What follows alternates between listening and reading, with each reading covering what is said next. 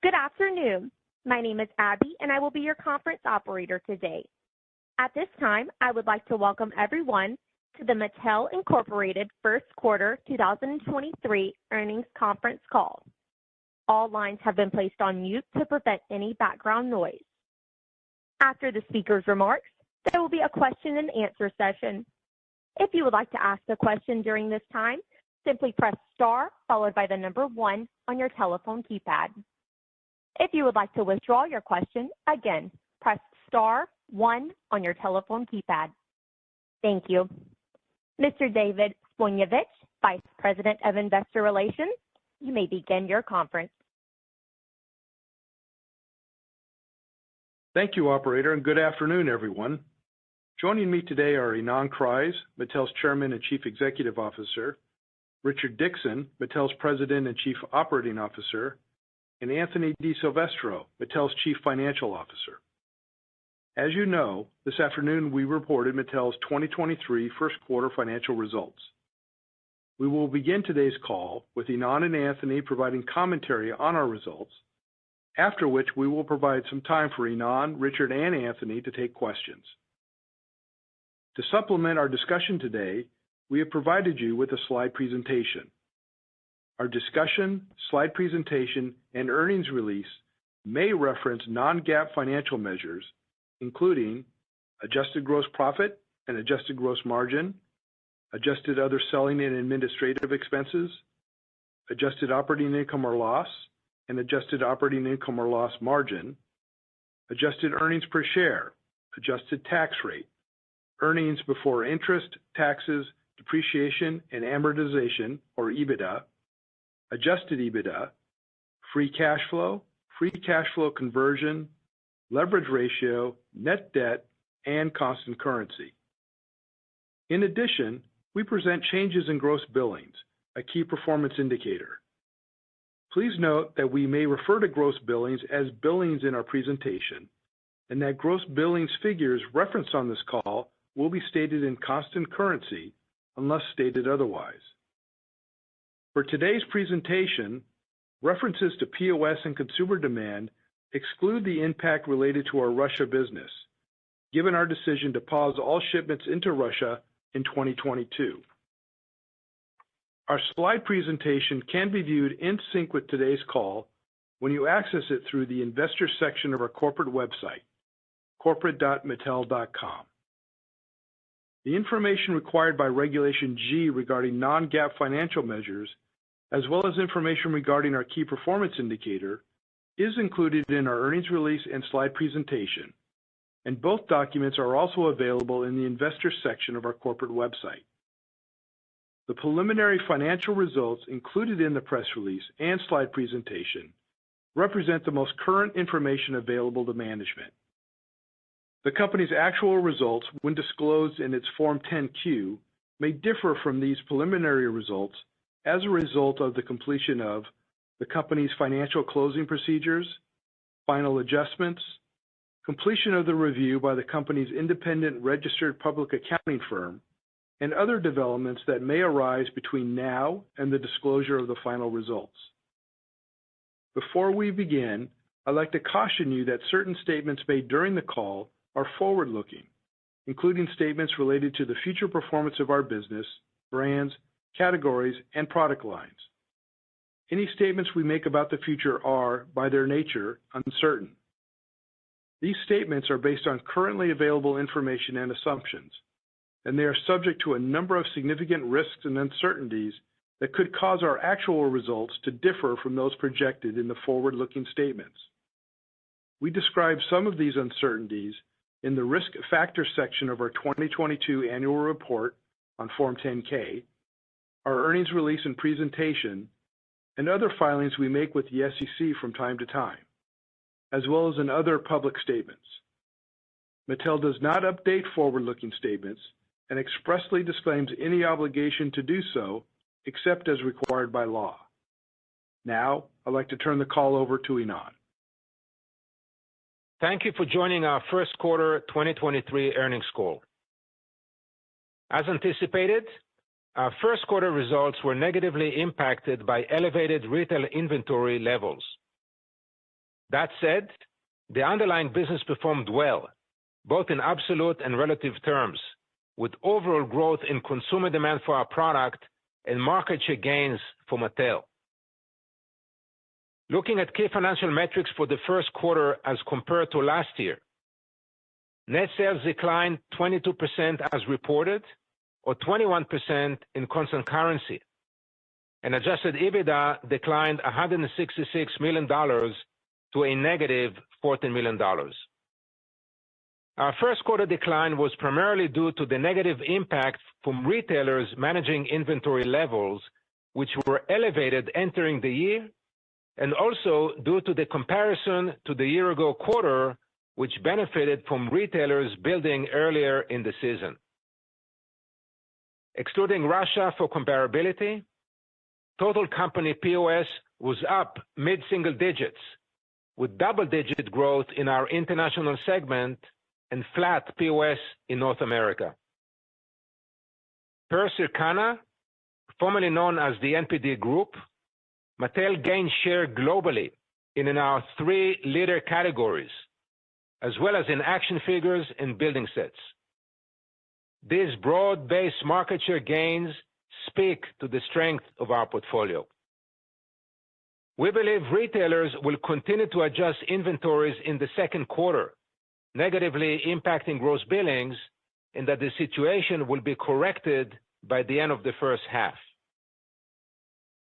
Reflecting our strong financial position and confidence in our strategy, we resumed share repurchases in the quarter and look to make further repurchases this year.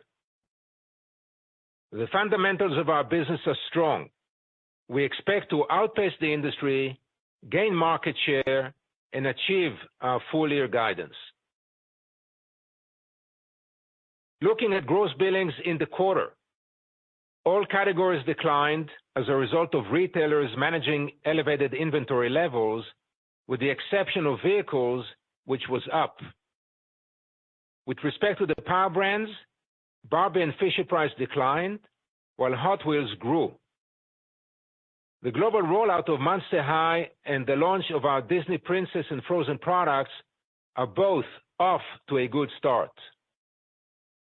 POS significantly outpaced gross billings by double digits in all categories and all power brands. We have been successfully executing our strategy to grow Mattel's IP-driven toy business and expand our entertainment offering. On the toy side of the company, we recently announced a new and separate licensing agreement for Disney's Wish, releasing in November of this year. The relaunch of Barney and our first ever licensing agreement with Hasbro to create co-branded toys and games. And we launched last weekend a new line of Disney The Little Mermaid dolls as part of our Disney license agreement ahead of the upcoming theatrical release. We also made progress in capturing value for our IP outside the toy aisle and recently announced the Hot Wheels Ultimate Challenge primetime show on NBC and the Barbie Dreamhouse Challenge, a new home makeover competition series on HGTV, both airing this summer. The Hot Wheels Rift Rally mixed reality racing game on PlayStation and iOS, a new Monster High live tour, the launch of our own publishing business, and a new multi-year apparel and accessories partnership with Gap. Excitement continues to build for the Barbie movie, one of the most anticipated films of the year, which premieres worldwide on July 21st. The second teaser was released earlier this month with significant global coverage.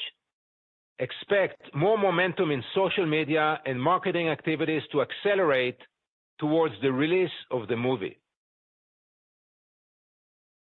In closing, while retail inventory management impacted the first quarter results, the underlying business continued to perform well, with overall positive consumer demand for our product and growth in market share. We believe the retail inventory situation will be corrected by the end of the first half and anticipate a return to shipping patterns more aligned with historical trends in the second half. Overall consumer demand for our product is off to a good start, and we expect to achieve our full-year guidance. Our balance sheet is in a strong position and provides the flexibility to support growth. We are well positioned to continue executing our multi-year strategy and create long-term shareholder value. And now, I will turn the call over to Anthony. Thanks, Ynon. As Ynon said, our first quarter results were negatively impacted by movements in retail inventory levels. The first quarter's decline was primarily due to the negative impact from retailers managing inventory levels, which were elevated entering the year, and also due to the comparison to the year-ago quarter, which benefited from retailers building earlier in the season. First quarter results were slightly ahead of the outlook we provided in mid-March, driven by the favorable timing of shipments at quarter end. Net sales of $815 million declined 22%, or 21% in constant currency, compared to the prior year. However, we saw positive POS performance in both absolute and relative terms, which grew mid-single digits in the quarter and significantly outpaced gross billings. Mattel outperformed the industry and gained market share. As a reminder, POS and consumer demand exclude the impact related to our Russia business. Adjusted gross margin declined 660 basis points to 40% due to several factors, including inventory management costs and the negative scale impact associated with the sales decline. Adjusted operating income declined by $177 million to a negative $87 million, primarily due to the lower sales and lower adjusted gross margin. Adjusted EPS was a negative 24 cents compared to a positive 8 cents a year ago, and adjusted EBITDA declined by $166 million to a negative $14 million. We expect consumer demand to be positive for the full year and revenue comparisons to improve through the year as shipping patterns revert to historical trends in the second half. Turning to gross billings in constant currency, performance across categories was primarily impacted by movements in retailer inventory levels that had an outsized impact on a seasonally small quarter. While gross billings declined 21%, including a negative 3-point impact from Russia, there was overall positive consumer demand for our products as POS increased mid-single digits. Dolls declined 22%, primarily due to declines in Barbie, partly offset by growth in Monster High and Disney Princess and Frozen. POS for dolls increased low single digits. Barbie POS was down high single digits, but significantly better than shipping, which declined 40%. POS and shipping for Barbie were also impacted by the shift of promotions into Q2 to better align with the theatrical release of the movie. Mattel gained over 350 basis points of market share in the dolls category in Q1, and Barbie was the #1 doll property globally per Circana. Vehicles grew 1%, with POS up low double digits. Growth was primarily driven by Hot Wheels die-cast vehicles. Mattel gained over 530 basis points of market share in the vehicles category, achieving the highest Q1 market share on record per Circana. Infant, toddler, and preschool declined 26%, while POS was down low double digits. POS declines in baby gear, as we optimized the offering, were partly offset by growth in Little People and Imaginext. Mattel was the #1 toy company globally in the infant, toddler, preschool category and gained 60 basis points of market share in the quarter per Circana. Challenger categories in aggregate declined 38%, primarily due to lower sales in action figures as we lapped the theatrical tie-ins in the prior year. POS was up low double digits. With respect to regional performance, North America declined 27%, reflecting the retail inventory headwinds. POS was flat compared to last year. For Circana, Mattel gained market share in North America in Q1. EMEA declined 24%, including a negative 12-point impact from Russia, and also reflecting the retail inventory headwinds. POS increased double digits. Latin America grew 1%. POS increased double digits. For Circana, Mattel gained market share in Latin America in Q1, extending our number one market position. Asia Pacific increased 17%, driven by growth in all key markets. POS declined mid-single digits, primarily due to China. As previously noted, retail inventory levels at year-end were above the prior year and elevated heading into 2023. This position improved in the first quarter, with levels ending slightly below the prior year in both dollars and weeks of supply. While improved, quarter-end retail inventories remain slightly elevated, which is expected to negatively impact our second quarter gross billings as retailers continue to adjust their position. Adjusted gross margin declined 660 basis points to 40% in the quarter. The decline was due to several factors: inventory management, primarily closeout sales and obsolescence of 420 basis points, cost inflation of 210 basis points, fixed cost absorption of 140 basis points associated with lower volume, and mix and other factors of 140 basis points. These negative factors were partly offset by price increases, primarily the carryover benefit from 2022 actions, which contributed 120 basis points, and savings from the Optimizing for Growth program, which had a positive impact of 120 basis points.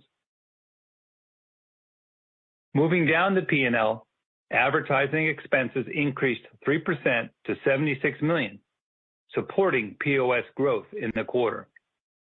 Adjusted SG&A increased 5% to $336 million, primarily due to market-related pay increases, partly offset by savings from the Optimizing for Growth program. Adjusted operating income was a negative $87 million, compared to a positive $90 million a year ago. The decline was due to lower sales and lower adjusted gross margin. Adjusted EBITDA declined by $166 million to a negative $14 million, impacted by the same factors. Cash from operations was a use of $206 million, reflecting the seasonality of the business, compared to a use of $144 million in the prior year. The increased use of cash was due to lower net earnings, partly offset by reduced working capital requirements. Capital expenditures were $43 million compared to $36 million a year ago, and free cash flow was a use of $249 million compared to a use of $180 million in the first quarter of 2022. On a trailing 12-month basis, we generated $187 million in free cash flow compared to $226 million in the prior year. The decline was primarily due to capital expenditures, which increased $42 million to $193 million. With positive free cash flow, a strong financial position, and confidence in our outlook, we have resumed share repurchases. In the first quarter, we repurchased $34 million of our shares and look to continue repurchases in 2023. Taking a look at the balance sheet, we finished the quarter with a cash balance of $462 million compared to $537 million in the prior year.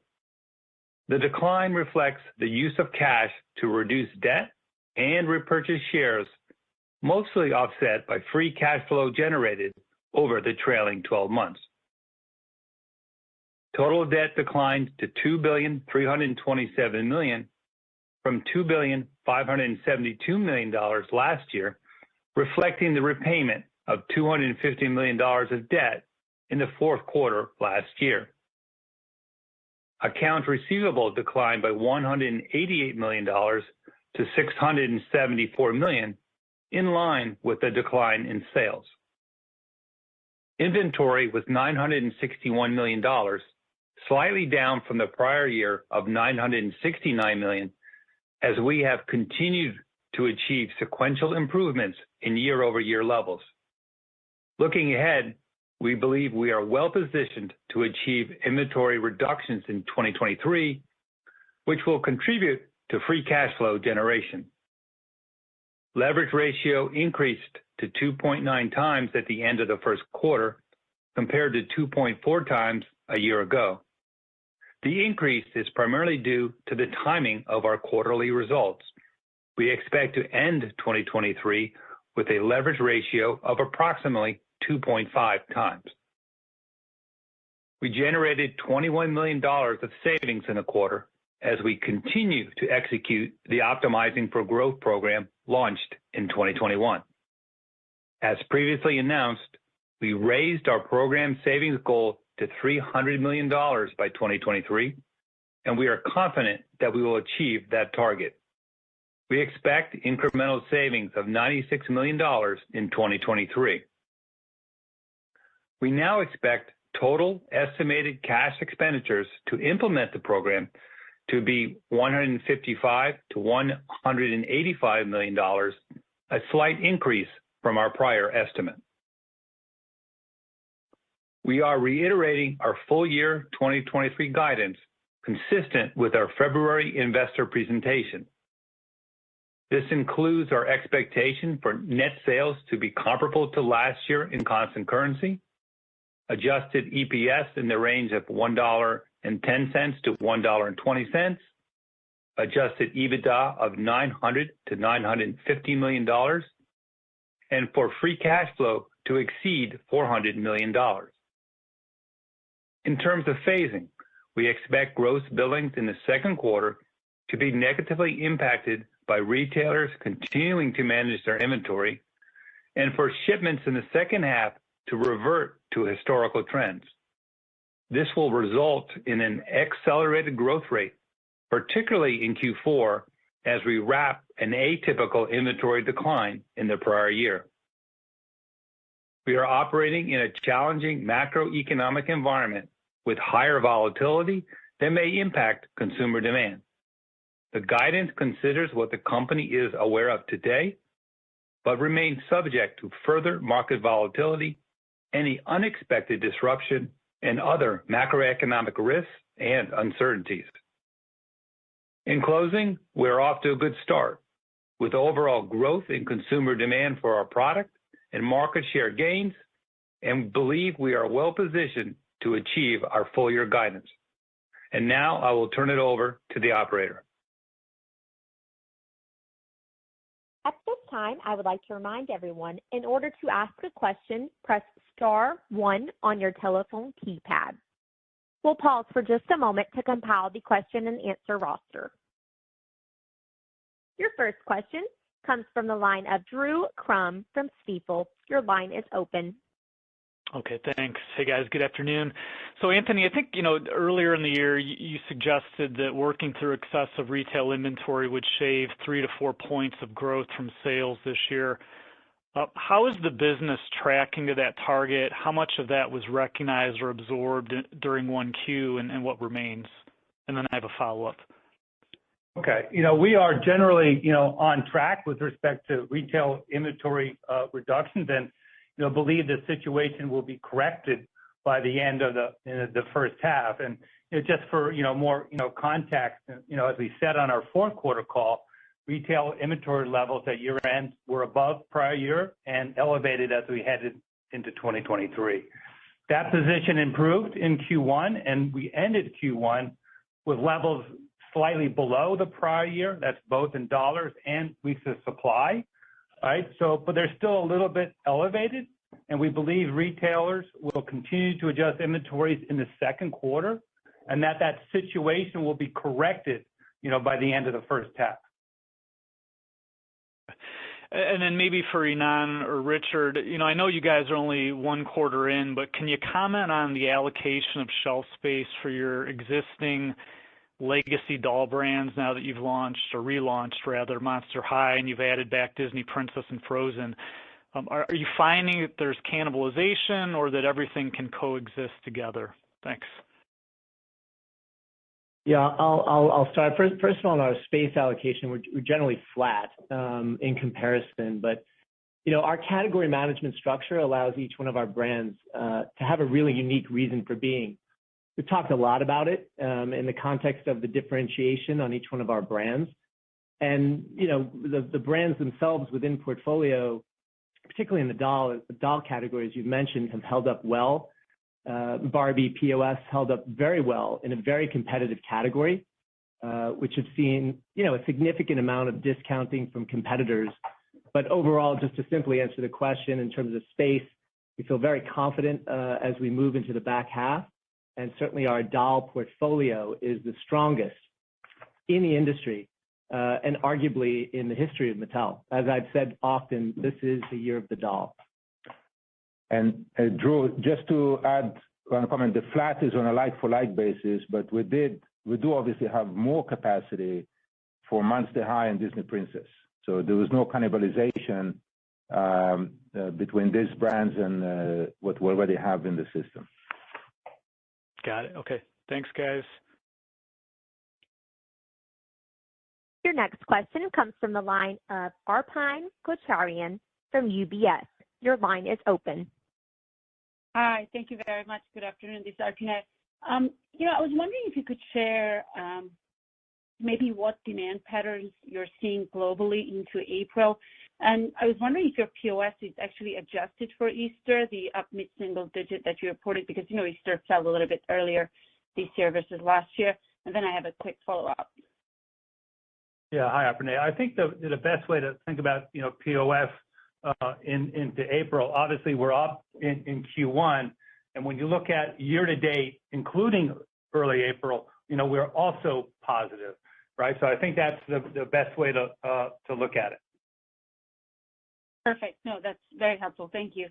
And, earlier in the year, I think you had said that net sales cadence could return to that 30-35% in the first half and then 65-70% in the second half. Is that still the expectation? Does that still hold? If so, that would still imply, Q2 down about maybe 18-20%. Am I thinking about it the right way? And then the back half up mid-teens or something? Yeah, very, very much so. If you look at the decade leading into 2021, on average, we do about 1/3 in the first half and 2/3 in the second half. And the anomaly was really in 2022, where we did 42% in the first half and 58% in the second half. And we're wrapping that, and that's what's causing this first half, second half, growth variances.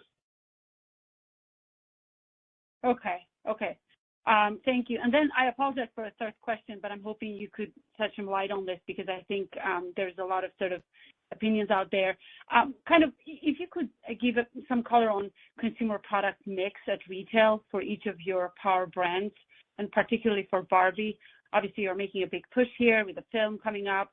How should we think about the economics of that maybe in terms of participating in consumer products outside of the toy aisle, kind of royalty rate, anything you could share? I'm sure you can't, maybe might not be able to share a royalty rate that you earn on those third-party revenues, but anything you could give to help us think about these opportunities that you'll be announcing. Example was obviously Gap that you just announced recently. Thank you.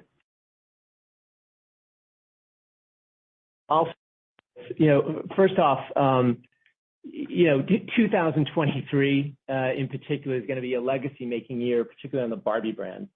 As we have all seen, this first ever live-action film has gotten incredible cultural conversation. from there, it's a catalyst to also drive meaningful extensions of the brand outside of the toy aisle, as we've shared. We've accelerated our presence in scripted and unscripted television. We have live experiences now that are taking place all over the world. Mobile gaming has also expanded, digital collectibles, and of course, as you mentioned, consumer product partnerships. We've shared some of the consumer product partnerships recently, but you're going to be hearing a lot more in the coming weeks around significant and meaningful partnerships outside of the toy aisle. It really is a catalyst for us to extend the investment thesis of unlocking the value of our IP. And movie and content and digital gaming and extensions really give us the opportunity to broaden our reach, drive revenue, monetize the brand as a franchise, and you'll be hearing much more about the impact of that in the future. In terms of accretion, these are all margin accretive opportunities. So CP, all the licensing opportunities that Richard mentioned are all margin accretive. Thank you very much. Your next question comes from the line of Eric Handler from Roth MKM. Your line is open. Thank you. Thank you very much for the question. Appreciate it. And good afternoon to everyone. Two questions. First, as we look at the expected cadence for the year, and Anthony, I appreciate what you've given so far. But as you look at the back half, some years 3Q is larger than 4Q. Some years 4Q is larger than 3Q. I know we're looking for a big sort of hockey stick growth in the fourth quarter, but directionally, which of those quarters do you expect to be bigger? Yeah, I think, a couple of points. First, to start with, the year ago comps certainly ease as we progress through the year, right? And that's more so for Q4 than, Q3. And as we said, we do expect shipments in the second half to revert to historical patterns. That is 2/3 in the back half. And what you'll see is an accelerated growth rate in gross billings, particularly in Q4, as we wrap an atypical, seasonal shipping in the prior year, right? And I think it's important to note that accelerated growth rate in gross billings is not dependent on accelerated POS growth. Because even if you assume stable POS, you'll get a double-digit increase in gross billings in Q4 by, simply returning to those historical patterns. Okay. All right, I'll follow up with him on the rest of that. But one for Richard. I feel like every quarter I'm asking about, how Hot Wheels remains so strong. When you look at the growth that you achieved in Hot Wheels, is it a function of, you've got really good low price items for this retail environment, or is it the product extensions that you've had? Is there anything you could sort of point to that suggests why Hot Wheels just continues to perform so well? Yeah, well, thanks for the question. There really is kind of an all-encompassing strategy in Hot Wheels that follows the Mattel playbook. Truthfully, it's been driven by innovation, specifically incredible innovation products across the brand, cultural relevance, which continues to be a really important part of the brand's narrative, and we're seeing the results of it. I mean, the growth is primarily driven by die-cast vehicles. We gained over 530 basis points of market share in the vehicles category, and obviously that's been led by the power of Hot Wheels. We're in our 5th consecutive biggest year ever, heading to our 6th consecutive record year. We also continue to expand, the distribution of our core die-cast vehicles aggressively. We've been targeting both kids and adult collectors, which is primarily a growth engine within the brand itself. And as I mentioned, innovation is core to the Hot Wheels growth strategy. We've launched 2 specific segments last year in 2022, Hot Wheels RC and Hot Wheels Skate. Both have been successful entries and gaining momentum. We're going to be expanding into even more additional play patterns this fall. So look, all in all, between our demand creation that's very effective, innovation that's driving new segmentation and great excitement, and cultural relevance, we can't be more excited about the growth ahead for the Hot Wheels brand. And Eric, just to remind you that we also have 2 movies in development. One for Hot Wheels with J.J. Abrams to produce at Warner Brothers, and Matchbox with Skydance, the producer of Top Gun and the Mission Impossible series. So expect more in this category. As Richard said, very exciting space for us. Thank you. Your next question comes from the line of Gerrick Johnson from BMO Capital Markets. Your line is open. Great, thank you. Hey, Anthony, sort of a technical question on the clearing of retail inventories. Where does that hit? I would have thought the sales allowances, but those looked pretty much flattish. So what is it that impacts gross margin to bring it down 420 basis points, accounting-wise? Yeah, sure, Garrick. I mean, you're right. Our Q1 sales adjustments were fairly comparable, to the prior year. Where we're seeing the impact, on our gross margin is through, closeout sales, as well as obsolescence. Neither of which go through sales adjustments, but obviously impact our gross margin. Yeah, and maybe for Richard or Steve, the POS growth. There's 2 ways to interpret that, either as strength or as an area where you're seeing more closeouts. So I understand, we're seeing strength in Hot Wheels, but where are some other areas where that POS is strength, and where are some areas where that POS is just clearing a lot of closeouts?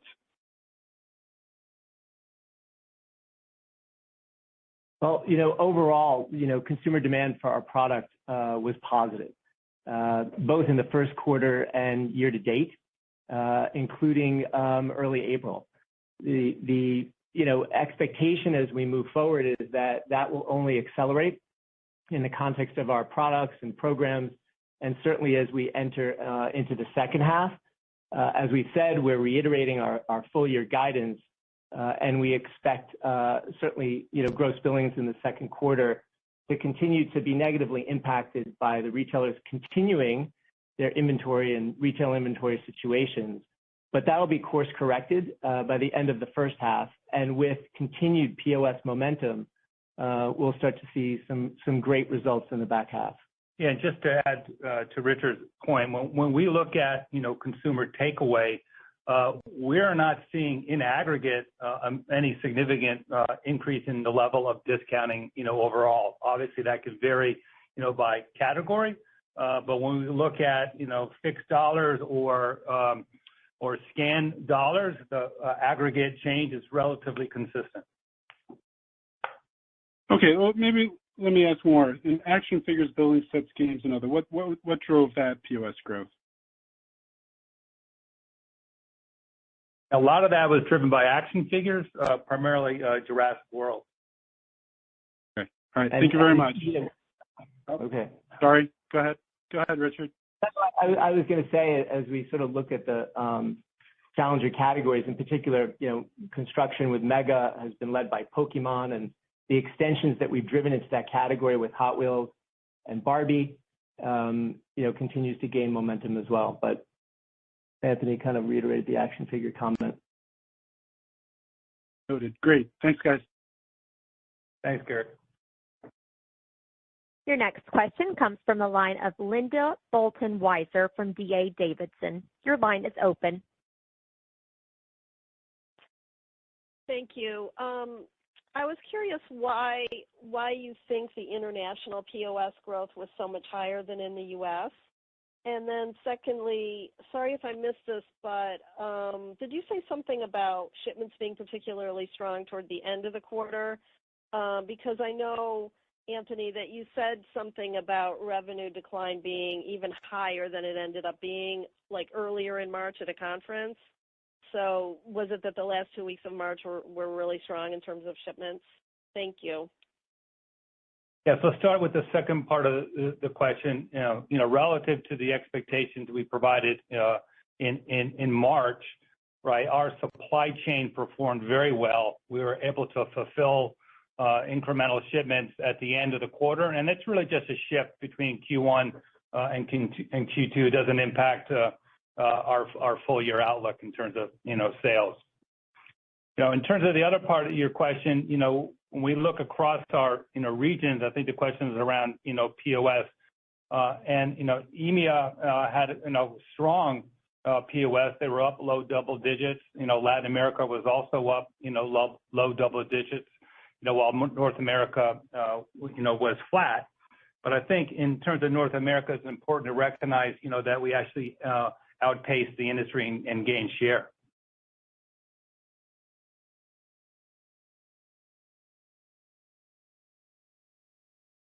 Okay, thank you.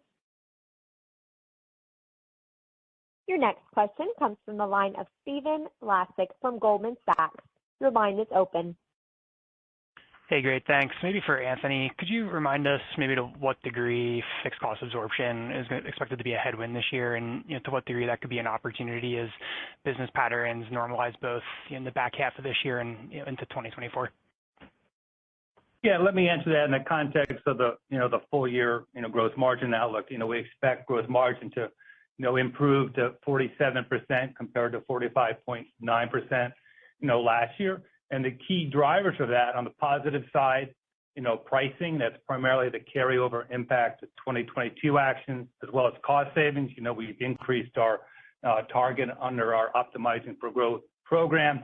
And those two are partly offset, right, by the fixed cost absorption impact associated with lower planned production volumes.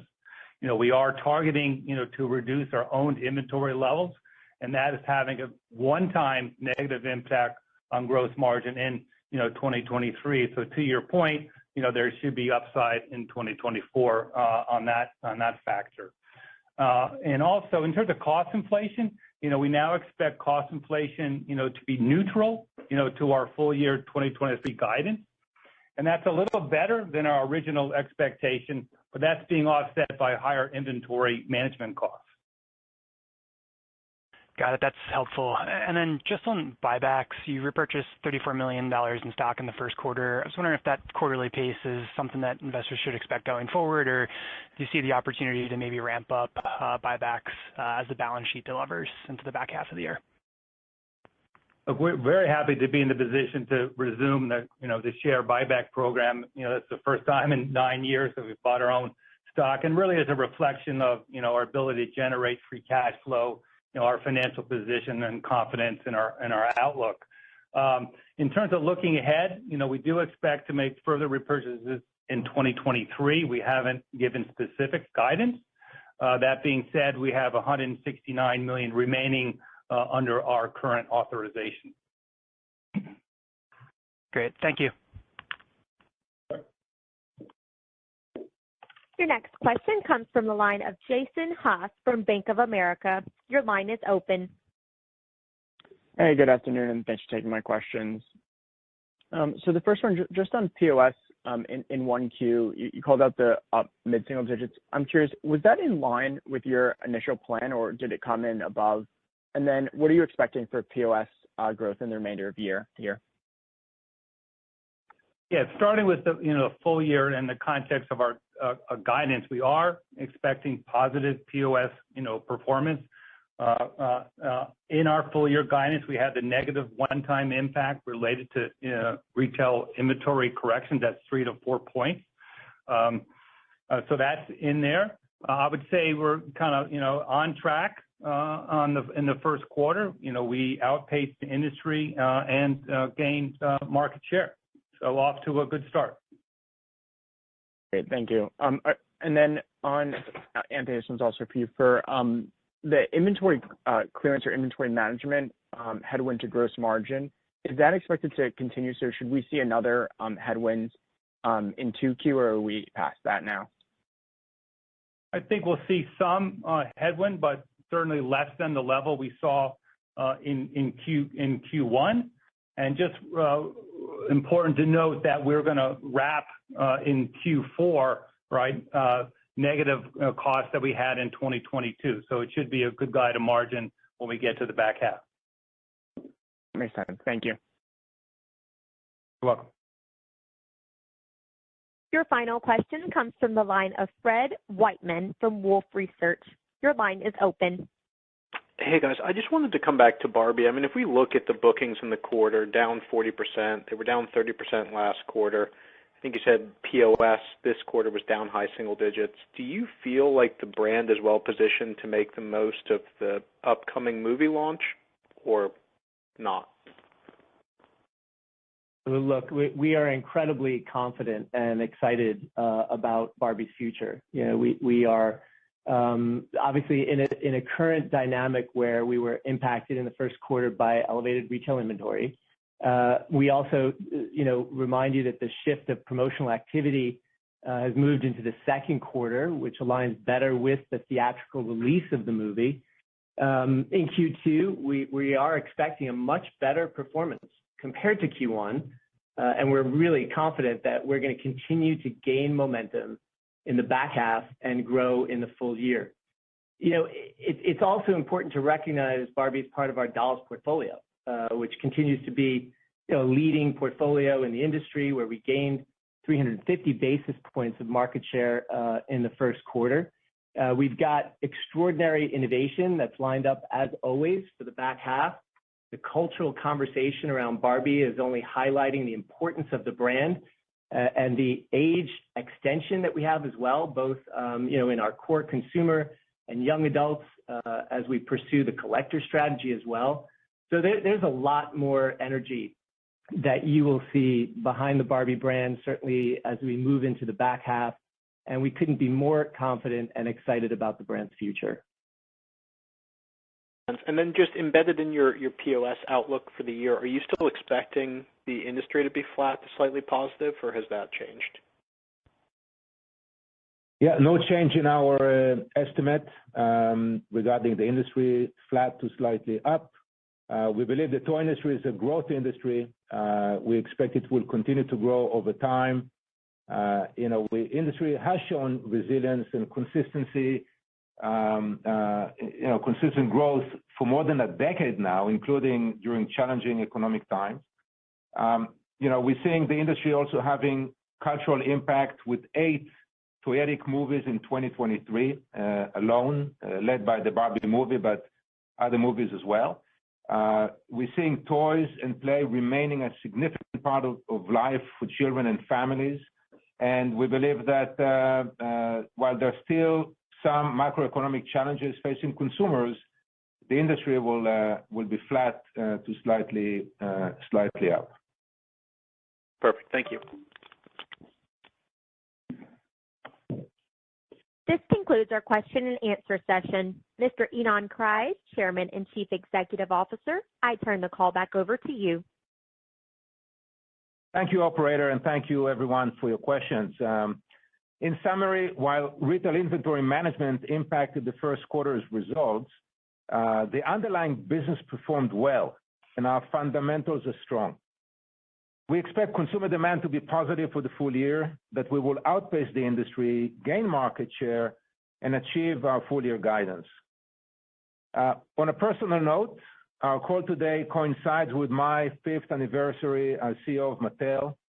I would like to thank the entire global organization for working together during this time to transform Mattel into an IP-driven, high-performing toy company. It continues to be a privilege to work with such a talented team, and I look forward to many opportunities ahead for the company and doing more great things together. Thank you again for joining the call today, and now I'll turn the call back over to Dave. Thank you, Ynon, and congratulations on your 5-year anniversary. Thank you for everyone joining the call today. The replay of this call will be available via webcast beginning at 8:30 p.m. Eastern Time today. The webcast link can be found in the Events and Presentations section of our Investors section of our corporate website, corporate.mattel.com. Thank you for participating in today's call. This concludes today's call. You may now